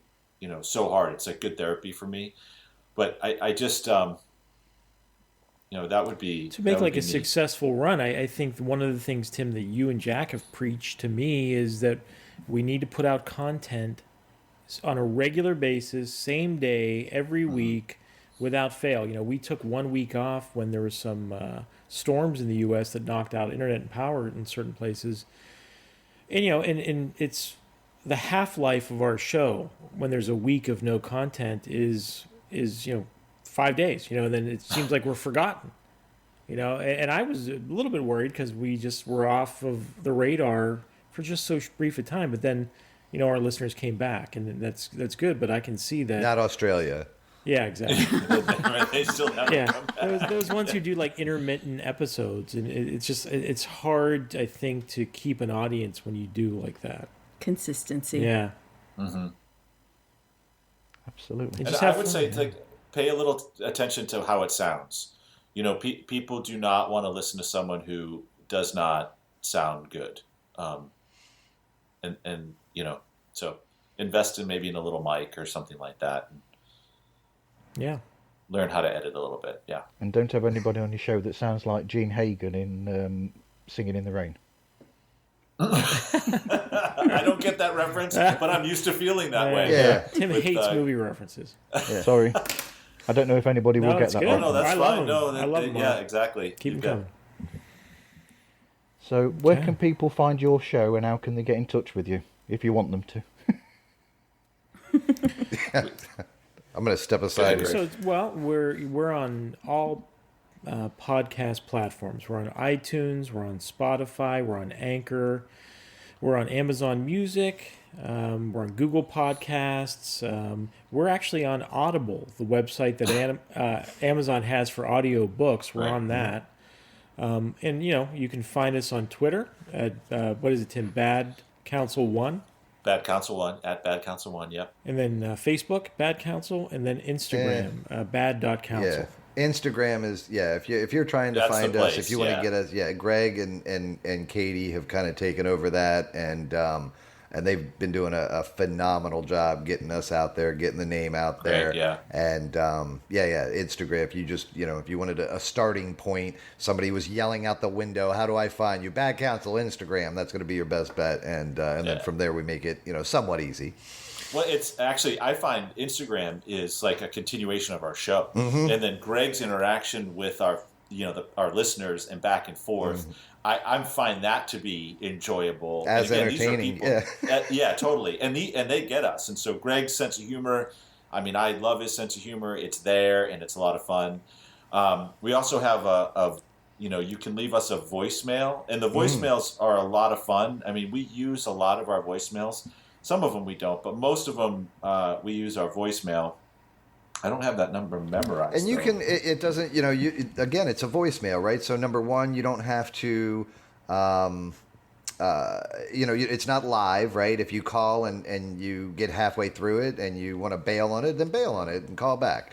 And then the other thing is it can be anonymous. We're only going to use the information that you give us. So if you want to, if you want to give us your name, if you want to give us the information, that's fine. I believe it's 541-604-8487, I believe is the number. Correct. Okay, yes. Good.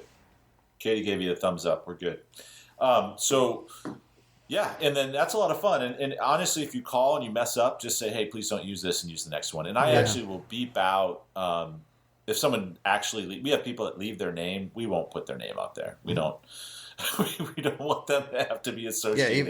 Even if you're not smart enough to keep it away, we'll keep it away. Right. Somebody gives the first name and surname and then where they live. Right, exactly. Yeah. Now, there's one exception, though. If you want to give your first and last name and where you live on a voicemail, that would be okay. That would be just fine. GPS coordinates. Yeah. Yeah, well, we'll take that, Xander. And restraining your order to wine come. varietal. Yep, and Tim wants a signed picture. Yes. Are restraining orders international? How does it work? Yeah. Anyway. Anyway, thank you guys for talking to me. This has been so Marv. much fun. You're the best. Thank you. Man. So Marv, don't hang up yet. So what I'm going to do is I'm going to hit stop recording, and then we're just going to wait and make sure the file's uploaded, and then I will email you so you'll have all 4 feeds, but they'll come separate. So when you mix them, you can have all of them, and you can mix them to your heart's content. Okay. I don't normally finish the record at that point.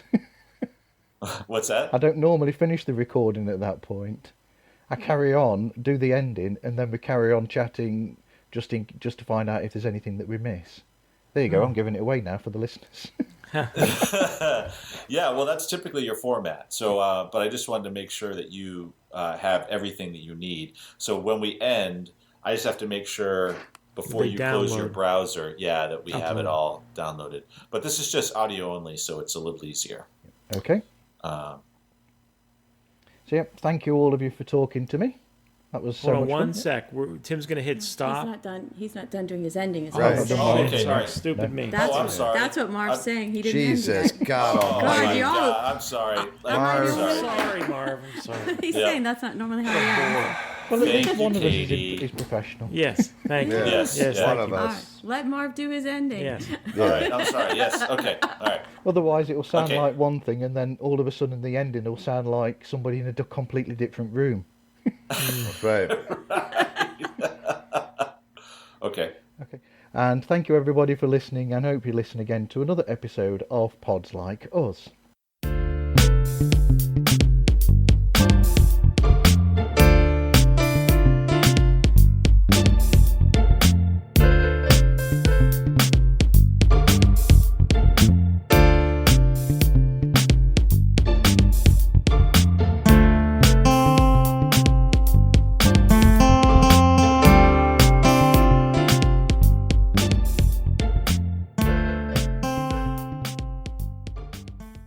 Guitars over there in the corner. Look at that. Wow. Oh, Nice. yeah, look at that. 12 guitars. So, actually, I can't see Jack. Can you see Jack? I can see Jack. All right, I can good. see Okay. Jack. Yeah. All right, he must have muted me or something like that. But I'm looking video. pretty I hope you sexy, can, actually. I hope you can see me. I hope you can see yourself the way we all see you, Jack. Yeah. We can see right through you. Nobody sees Jack the way I see Jack. Right, yeah. How much did Jack have to pay to get that picture I of the kiss? I don't use the I word agree with scared. Jack a lot lately. Yeah, you too much. I'm not afraid of Jack anymore. No, it's not about fear. It's about keeping him in line. I mean, Actually, it's I healthy think- respect. I think bordering on scared was fear. actually used last week, now that I think about it. Yeah, we said we weren't scared of you. Oh, yeah, that's Yeah, right. But if you have right. to say, that's like saying, like if you have to say something like that, the fact that, All right, that- well, you just don't say anything. You just don't say it. Does anybody ever come up to We're you and being say, very you impolite know to our what, host. I'm not scared of you. I'm sorry. Yeah, sorry, Marv. Yeah, No, all sorry, right. Marv. Marv has things to do today, Jack. I know. Yeah. We think that You just son of because a it's bitch. this that we're taking. Yeah, we will be good. We will shut up and Shenanigans listen. naturally happen when we get together, Marv. We're sorry. Yes. They do. It's really nice to meet you, Marv. Hi. You too. Hi, I'm Marv. just. Yes. Thank you, Katie. Hello. Thank you for Hello. being the adult in the room. Right? See. See? Not really. Marv, you appreciate us most because we wore British themed. Oh yeah, look it. Do you see my shirt? Oh, we've lost Jack. What does that say? Mary Poppin' Bottles. Oh, I couldn't read the bottom one, and I didn't want to guess it. So, Dear me. Is Jack still there? I'm here. Stone Roses. Jack's Okay. video has been disabled due so to internet Marv, quality what- issues. Yeah, what we That's- find is Oh, really? doing this new Riverside Inn thing is that at some points over the last couple episodes we've done, one of our pictures will go dark, although they're still there. It's like an iPhone when you get to a bad reception area. Yeah. Which is funny because I actually do better shows on the iPhone. Nice. Really? Yeah, it's actually better than the internet that we've got here. Well, that's good. You look great, man. British internet. Thank you very much. Don't start on the British anything. Yeah, Greg has some. Greg's Irish roots. Sometimes he gets mad at the Commonwealth. So I actually thought that Greg and Katie were in different rooms to each other when they did the show. We generally are, but for today, I had mic issues on my other mic. I have a replacement coming today, so today we're doing like the less talented Gibb brothers in the Bee Gees and getting on one mic. Robin and Maurice, I think they are. I want to be Robin. Yeah, that's fine. They're twins. You know what I mean? So, right. Oh, that's creepy. That's so creepy. That is very creepy. Yes. Okay, so how do we start this? We have Well, two actually, hosts. Marv, it's pretty interesting because Katie wasn't on the podcast. Then Katie was kind of sitting next to Greg while he did the podcast, and she would laugh. And Jack and I really liked her laugh. Yep. So then we started to she started to get on mic. And then we said, well, her laugh is so good, we've got to get her a separate mic and let her start to talk. And then she went to separate rooms. Right. But now this is like old times, like seeing them snuggle up. It's By next month, we expect she'll have taken his job completely. That'll be good. Never. I just lie in bed. that would Greg be can go and interesting. make the, Right, make exactly. the food while Katie does the work. It's good. You lie in bed anyway. Yeah, I love lying in bed. Right. Who doesn't? He does all the podcasts from bed. I mean, that's literally. He does. Dear me. Let's get this better. There we go. Okay. Right. So is my video gone? I can No, pick you're my Yeah. nose? No, I got can't. you, got you see, back I again still now. can't see Jack. I guess you just rotate. So one of us sits a short straw and has to see your video, and then we pass it on. That's not very nice. Jack, but the video can come back on at any time. Please take that. Stay Heed clothed. that warning. Yeah. Don't do anything you wouldn't want us to Don't- see on video because it could pop back on at Yeah. any moment. Don't open should up get any my other notes up. browsers. Where's the So, notes? so Marv, what time is it where you're at?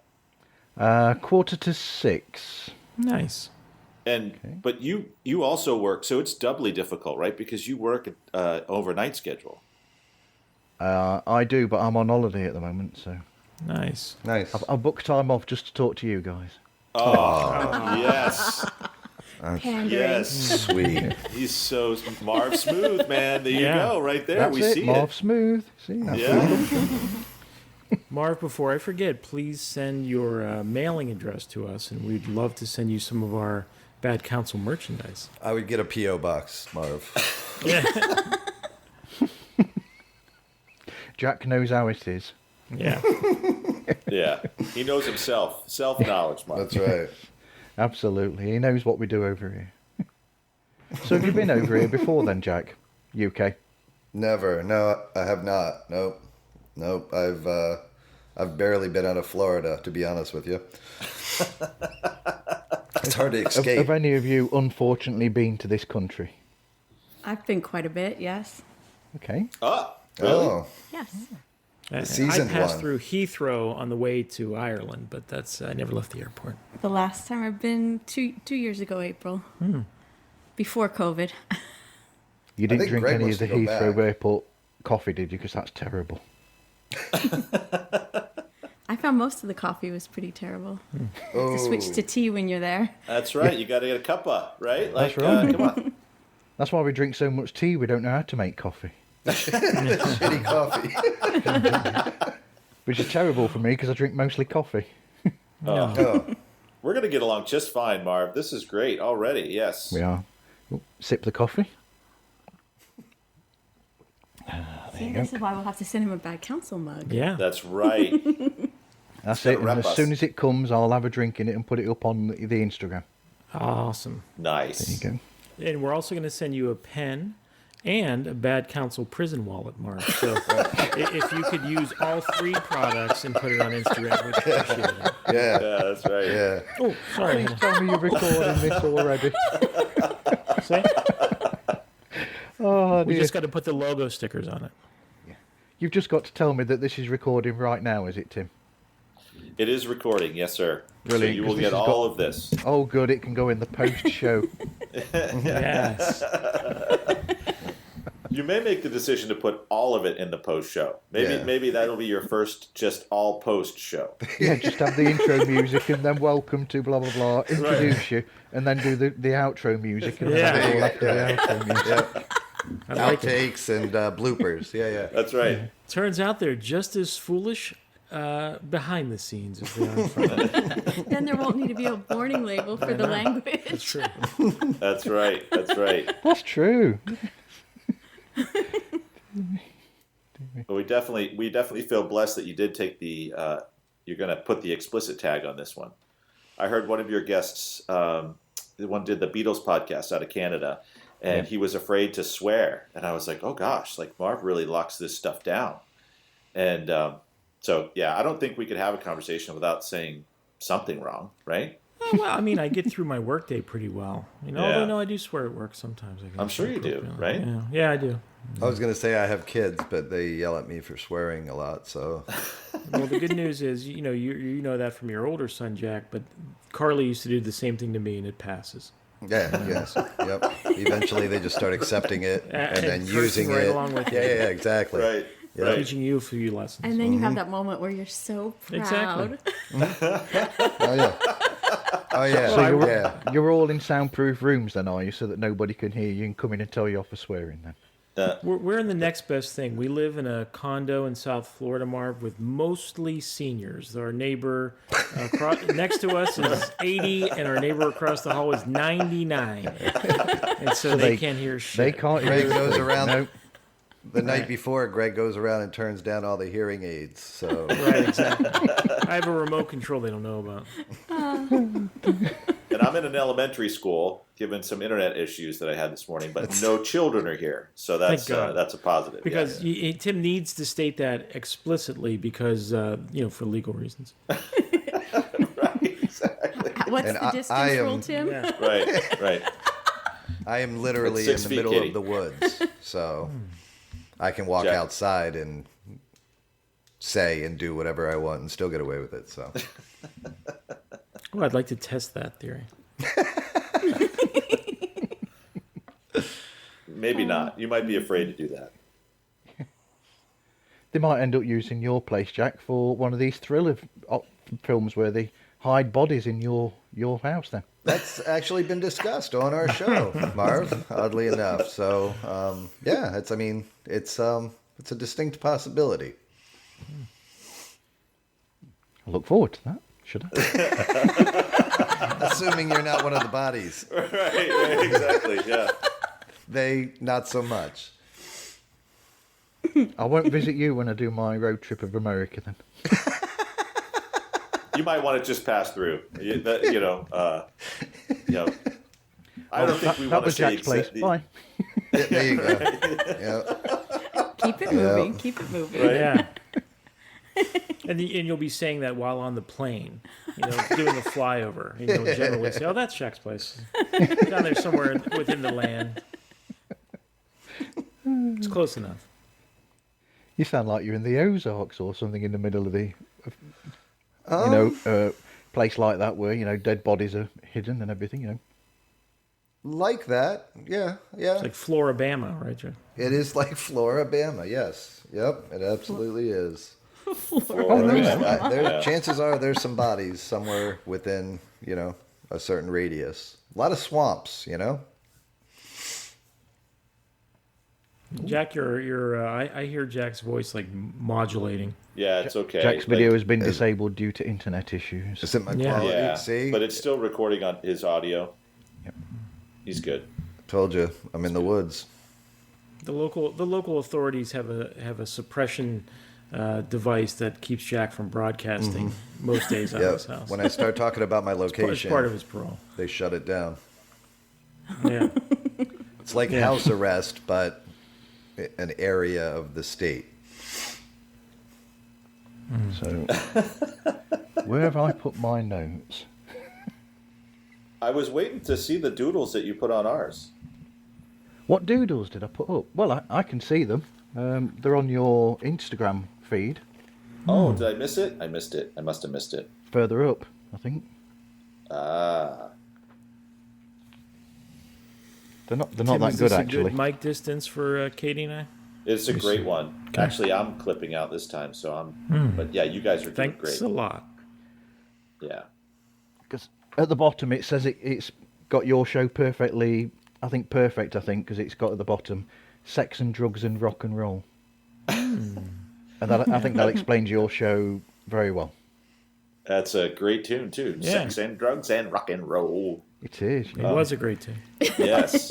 That's also, oddly enough, I'm never going to enjoy it again. Ooh. never have Greg on the X Factor.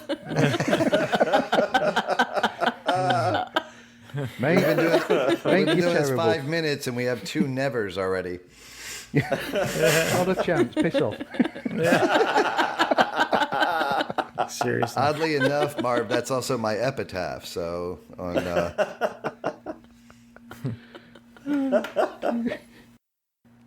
There we go. Awesome. Thanks, Marv. I know. I like it. Yes. So now I can hit stop, Marv? Is that's fine. Yeah. Okay. All right. Thanks. I have a problem listening to directions, so. He usually doesn't even use the headphones. Okay, so